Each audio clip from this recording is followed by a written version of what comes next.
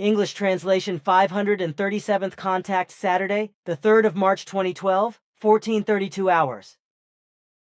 I am a little late because after the correction work I looked at some photos in the computer with Bernadette, some of which I want to use for book covers. I was also looking for Eva because I wanted to tell her something. But I did not find her, which is no problem, because I can also tell her what I wanted after our conversation. But if you allow me, then I have a question right at the beginning. Of course. Quetzal and you have explained to me in 1982 that the brain is able to regenerate itself, especially because when one part of the brain is out, another part takes over its function. So, if a part of the brain stops functioning in one part, it can be rebuilt in another part of the brain, but this requires the human being to make an effort. For example, knowledge etc. that has been acquired from defective parts of the brain can also be regenerated by appropriate efforts and then stored in other parts of the brain and made to work again. As you know, on the 4th of November 1982, at 4:35 HRS, I suffered amnesia and head trauma as a result of a health breakdown. I suffered a major loss of memory which, in certain areas, has not yet been repaired to this day. As a result, I had to painstakingly work through much of what I now remember, and you have also helped me with your resources, which has enabled me to regain a great deal of memory in relation to my mission. However, with regard to memories concerning my childhood and youth, and afterwards to things I knew, events, situations, and experiences, etc. up to 1982, and also with regard to the time since then, I always have great memory difficulties. What you say in a simple but understandable way regarding the function of the brain is correct. But to explain the whole thing in a really explanatory way, it would require detailed technical explanations, which I do not want to turn to. Of course, I know what you are going to say, and that is why Quetzal and I also explained to you after your collapse that you can always ask us questions, which we will always answer. You have also been making use of this promise ever since. Yes, and I am also grateful to you. There are still many things in my life that I do not know anymore or only inaccurately. It is also the case that I often forget a lot of things and only remember them again when they come to my attention. Some things, however, only seem vague to me. But there are always a lot of things on my mind that make my memory take a back seat, which is normal in itself, because with increasing age, more and more things have to be processed in my mind. But it is somehow unpleasant, especially when I have to explain something. Recently I was asked about the consequences of lead poisoning for the human body, but I could not remember what your daughter Simyase once explained to me about it. I can also give you an explanation for this. Fine, thank you. Then I would like to state that I can therefore continue as I have done all these years since my collapse in 1982. That I keep asking questions whose answers and explanations I have been given before, but which I have forgotten. Of course, you know that. I know, yes, thanks. Then the following question. When I was allowed to fly to Mars with your daughter Simyase in 1975, there was a quake on the planet, as there are also on Earth. Simyase said that this did not only happen on Mars, but also on other planets and even on moons in the Sol system. Now I am interested to know whether such quakes on Mars and on other planets and moons also leave visible traces and surface destruction as they did on good Mother Earth? If they are strong movements, then there can very well be visible upheavals, etc., which change the surfaces of the planets and moons. This also happens on Mars, where seismic energies are just as peculiar as various planets and their satellites, as you have already mentioned. Thanks. Then a question about the universe, respectively the material belt, which is only the fourth belt of the seven-belt universe, and which renews itself every 49 billion years, so to speak infinitely. Therefore no abrupt transition or change takes place. I am interested in the actual process, if you can explain it to me in simple words. Somehow the whole thing seems to me like a recycling process, a process in which the energies of the matter belt are transformed and renewed over a very long time. Is my assumption correct or wrong? There can be no question of being wrong because your simple way of explaining things actually corresponds to how things really are. Basically, it is the most diverse forms of gas and matter emitted from the matter belt itself, as well as the energies and gases, etc. of all suns, planets, moons, and other space bodies in the world, as well as all small, large, giant, and black galaxies, which regenerate themselves in the course of billions of years and thus renew the matter belt in the course of all 49 billion years. So you can speak of a recycling process in this respect. Good.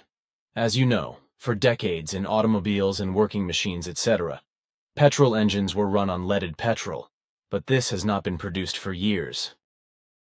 The lead in the petrol was, so to speak, a lubricant for the engine pistons, preventing them from knocking. The lead, however, was also released into the atmosphere by the combustion gases and poisoned nature. Mainly plants, as well as the oxygen-breathing life forms, that is to say also the human beings, who naturally inhaled the lead-containing exhaust gases. More or less lead poisoning was the result, but I have never heard or read anything about what actually causes such poisoning in the organism. Lead is highly toxic to the organism, and when it enters the organism, it contaminates the blood and bones because it accumulates in them. It is very difficult to excrete from the organism, so it accumulates more and causes serious health problems, such as anemia and kidney damage. But it can also be accompanied by serious mental disorders or even exacerbate them enormously if they are already present.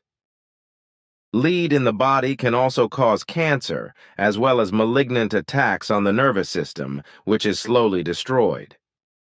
Psychological damage can also appear or greatly intensify such already existing impairments, which is why it is then inevitable that the consciousness is also impaired in its function to the point of insanity and delusion.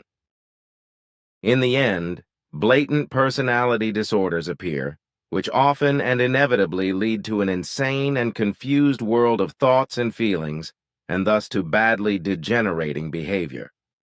Furthermore, the highly toxic lead deposited in the organism also results in inability to procreate and conceive, as well as dangerous cardiac arrhythmia, and finally, in severe cases, death occurs due to circulatory failure. I have never heard of this, although I suppose it should be scientifically known, but apparently everything has been hushed up for the sake of the horrendous profits. If I also refer to the production and processing of lead, it can be as dangerous to the human beings as working with asbestos, except that the symptoms and effects of the disease are quite different. That is undoubtedly correct.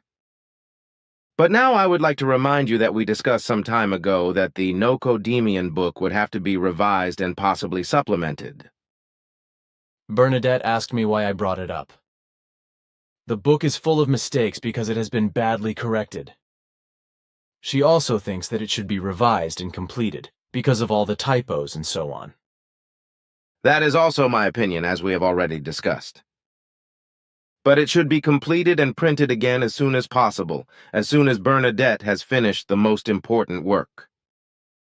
We should also do some more proofreading in the kitchen. That is also what I would like to do, but for that you will have to interrupt the correction with Guido's book for a short time, because the Nokodemion book should be back in circulation quickly. Also Guido's book, And Still They Fly, which should be finished by the middle of the year, as well as the photo book that Piero promised to make so that it will be available for sale by the middle of next year at the latest. It will all happen as you see fit. Because of Guido's And Still They Fly, and the photo book, Florina already told us what you had to say on her last visit. I'm aware of this, but I wanted to point out once again the matter of this urgent work. What we have never talked about officially, but only privately, is the fact that in 1984, as I wrote in a prophecy, there was a threat of a Third World War, but it could be prevented by the common sense of those less responsible. But the whole thing happened in the autumn of 1983, a few months before 1984. That is correct because a corresponding coincidence occurred. The matter had not become public, so I would like to mention it today, and I would ask you to correct me if necessary. So, the first threat, which almost led to a Third World War, took place in the autumn of 1983, the reason being a natural phenomenon. It was then that a Soviet spy satellite recorded an event that was misinterpreted by the Soviet military and the Soviet government. The satellite recorded a flash of lightning when the clouds broke up and the sun flashed through. This was misinterpreted by the Soviets as a U.S. nuclear missile launch, which very quickly led to counterattack measures being considered, also with nuclear missiles. It was only thanks to the common sense and prudence of a Soviet officer, whose name I cannot remember, that common sense prevailed in the end, and that it was weighted and clarified that it was a false alarm from the satellite, which had registered only one flash of sunlight. However, it really did narrowly miss a worldwide catastrophe of a Third World War, but this was kept from the world public. The name of the prudent Soviet officer was Stanislav Petrov. Correct, since you say the name, I remember? There was a second one weeks after that case, which could have almost led to a Third World War as well. The reason was the massacre in Beirut in Lebanon at the time, when a murderous attack cost many human lives, which led the U.S. to carry out large-scale maneuvers that caused the Soviets to sound a false alarm on another occasion, and put the Soviet army on alert, which was already considering a counterstrike. Here too, however, common sense and relevant clarifications triumphed once again, which prevented the Soviets from attacking and prevented a Third World War. This fact, too, which we were talking about at the time, was then concealed from the world public. Like many other incidents in many ways. Then I want to ask you, what is the truth about the number of dead and missing persons that were in Japan in the Fukushima disaster? One hears different statements about this again and again. It is likely that you have clarified this, isn't it? That is correct. And it is indeed the case that the responsible persons give false figures regarding the dead and missing persons, whereby the missing persons are also all dead, and on the one hand they are buried under mountains of rubble, or on the other hand they were dragged out into the sea by the receding water masses. Our very precise investigations revealed that a total of 27,413 human beings lost their lives in the catastrophe.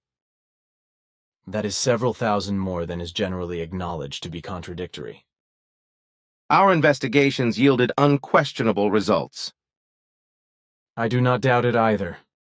But something else. On the 27th of December 2004, a powerful flash of energy from outer space was registered. And already about 450 million years ago, the Earth was hit by a flash of energy, or a gamma ray, respectively, which was not very strong, but it did a lot of harm, as Quetzal explained to me. What I am interested in is what actually happens when a very strong flash of gamma lightning, respectively gamma radiation, hits the Earth. And how does such a flash of energy come about, if you can explain the whole thing a bit simply? Gamma-ray flashes have an extremely destructive effect when they hit planets.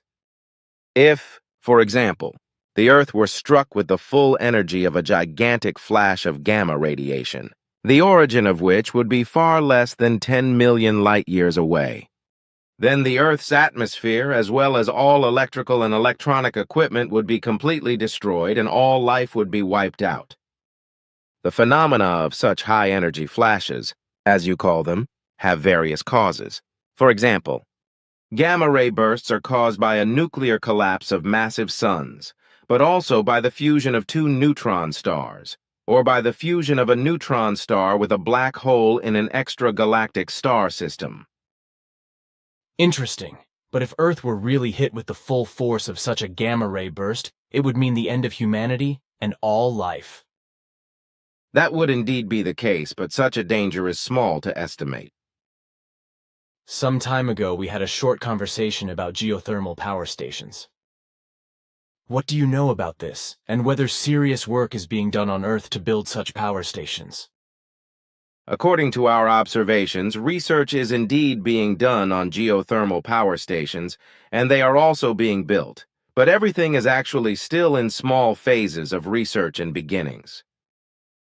So the whole thing is not being done on a large scale, but in still very inadequate ones. The Earthlings unfortunately always need a lot of time to develop valuable things, but there is also a lack of reason to do the correct thing. It is true that about a year ago, the Fukushima catastrophe in Japan, which caused people in Switzerland and Germany to revolt and demand the abolition of nuclear power stations. But success was only moderate, and the nuclear lobby continues to terrorize, and governments also reach out their hands. Thus, the construction of geothermal power stations is probably also not seriously considered. But nuclear power stations are still being built, and the people are being led down the fool's rope. Which unfortunately corresponds to reality. It is accepted that under certain circumstances many people may lose their lives due to the consequences of a super-GAU, as was the case in Chernobyl and Fukushima. But that is equivalent to sacrificing human lives, as the old religious and sectarian cults did for their gods, which is still the case with certain sects and religious delusional believers in some parts of the world. In ancient times, for example, it was all delusional believers in God and demons, including the Maya and Inca, as well as the Vikings, etc., who offered human sacrifices to their gods and demons, with the chosen victims often being bestially tortured and massacred. But if I may ask you some more private things? You may. Good, then the following